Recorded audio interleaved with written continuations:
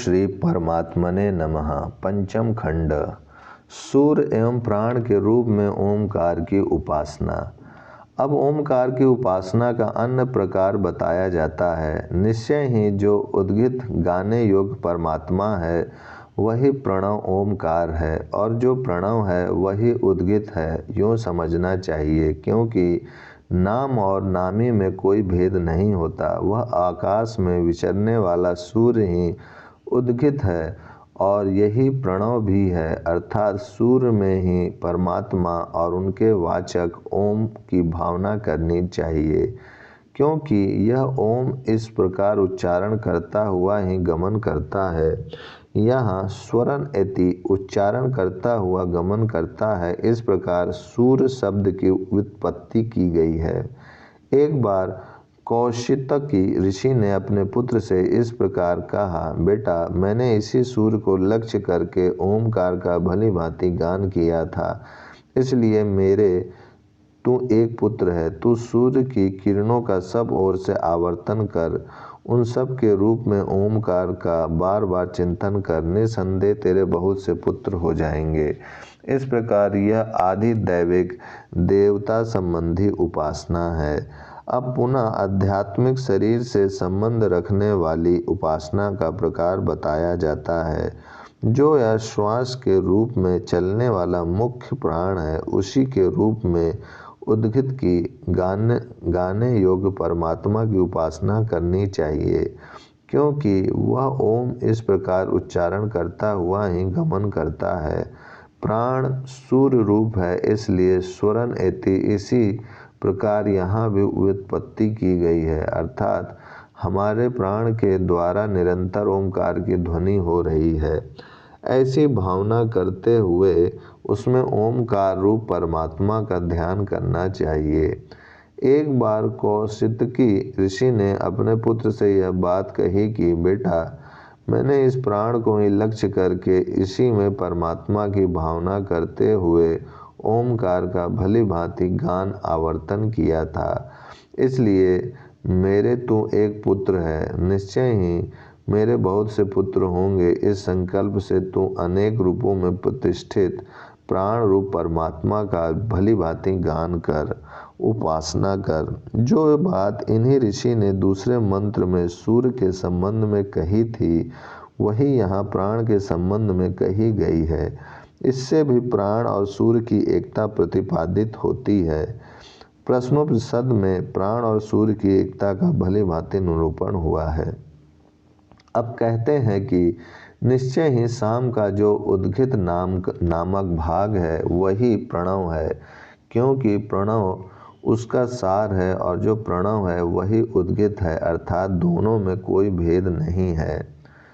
इस रहस्य को जानने वाला निसंदेह होता के आसन से ही उद्गाता द्वारा किए गए दोष युक्त उद्गान को प्रणव के उच्चारण से पीछे सुधार लेता है। क्योंकि भगवान के नाम उच्चारण से यज्ञ की सारी त्रुटियां दूर हो जाती हैं।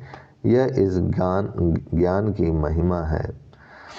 षष्ठ खंड, विविध रूपों में उद्गित उपासना। यह पृथ्वी ही ऋक है और अग्नि शाम है। वह यह अग्नि रूप शाम इस पृथ्वी रूप ऋक में प्रतिष्ठित है, भली भांति स्थित है, इसलिए ऋक में प्रतिष्ठित शाम का गान किया जाता है। पृथ्वी ही शा है और अग्नि अम है, वे दोनों मिलकर शाम है। इसी प्रकार अंतरिक्ष ही ऋक है और वायु शाम है। वह यह वायु रूप शाम इस अंतरिक्ष रूप ऋक में प्रतिष्ठित है, इसलिए ऋक में प्रतिष्ठित शाम का गान किया जाता है।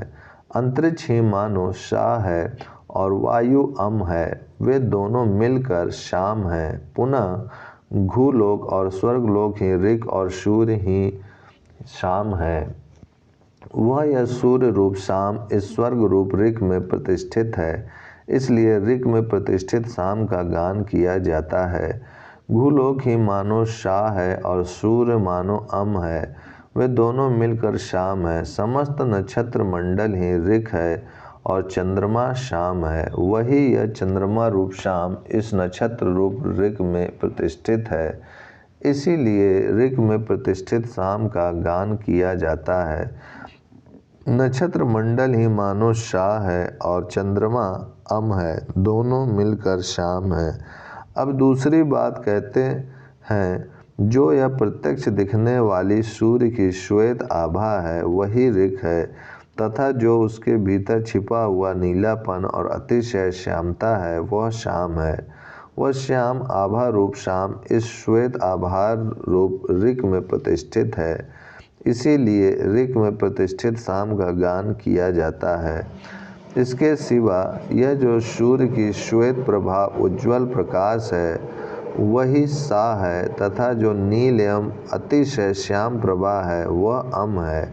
वे दोनों मिलकर शाम हैं, तथा सूर्य में जो यह उसका अंतर्यामी स्वर्ण सदृश प्रकाश स्वरूप पुरुष दिखाई देता है, जिसकी दाढ़ी स्वर्ण की भांति प्रकाशमय है तथा केश भी सोने की ही भांति चमचमाते हैं।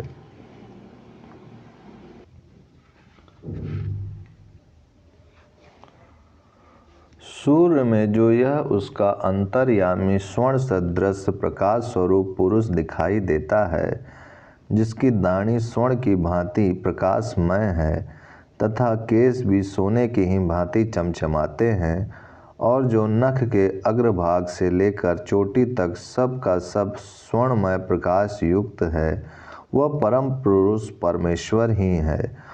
उस स्वर्ण सदृश प्रकाश युक्त पुरुष के दोनों नेत्र ऐसे हैं जैसे कोई लाल कमल हो। उसका उत सबसे ऊपर उठा हुआ यह नाम है, वह यह परमेश्वर समस्त पापों से ऊपर उठा है। जो कोई उपासक इस प्रकार जानता है वह निश्चय ही सब पापों से ऊपर उठ जाता है।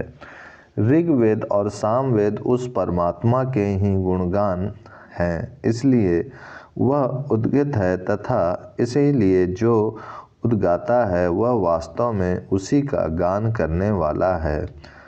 जो स्वर्ग लोक से भी ऊपर के लोक हैं उनका भी तथा देवताओं के भोगों का भी शासन वह परमात्मा ही करता है।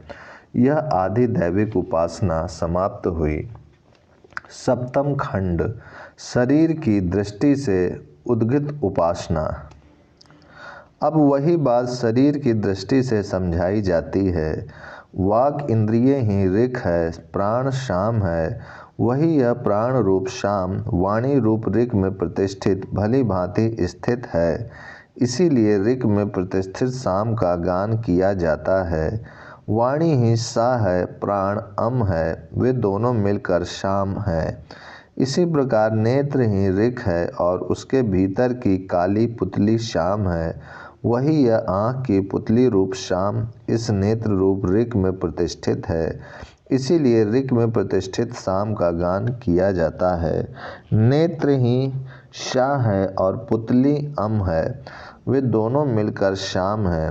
पुनः श्रोत्र ही ऋक है, मन शाम है, वही यह मन रूप शाम श्रोत्र रूप ऋक में प्रतिष्ठित है। इसीलिए ऋक में प्रतिष्ठित शाम का गान किया जाता है।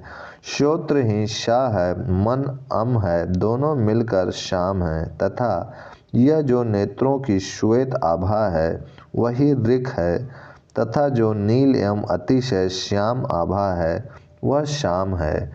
वही यह श्याम आभा रूप नाम शाम इस श्वेत आभा रूप ऋक में प्रतिष्ठित है। इसीलिए ऋक में प्रतिष्ठित शाम का गान किया जाता है, तथा यह जो नेत्र की श्वेत आभा है वही शाह है, और जो नील और अतिशय श्याम आभा है वह अम है। उन दोनों का सम्मिलित रूप शाम है, तथा यह जो नेत्र के भीतर पुरुष दिखाई देता है वही ऋक है और वही शाम है, वही यजुर्वेद है, वही उक्त स्तोत्र समूह है और वही ब्रह्म है। इस पुरुष का वही रूप है जो छठे खंड में वर्णित आदित्य मंडल में स्थित पुरुष का रूप है।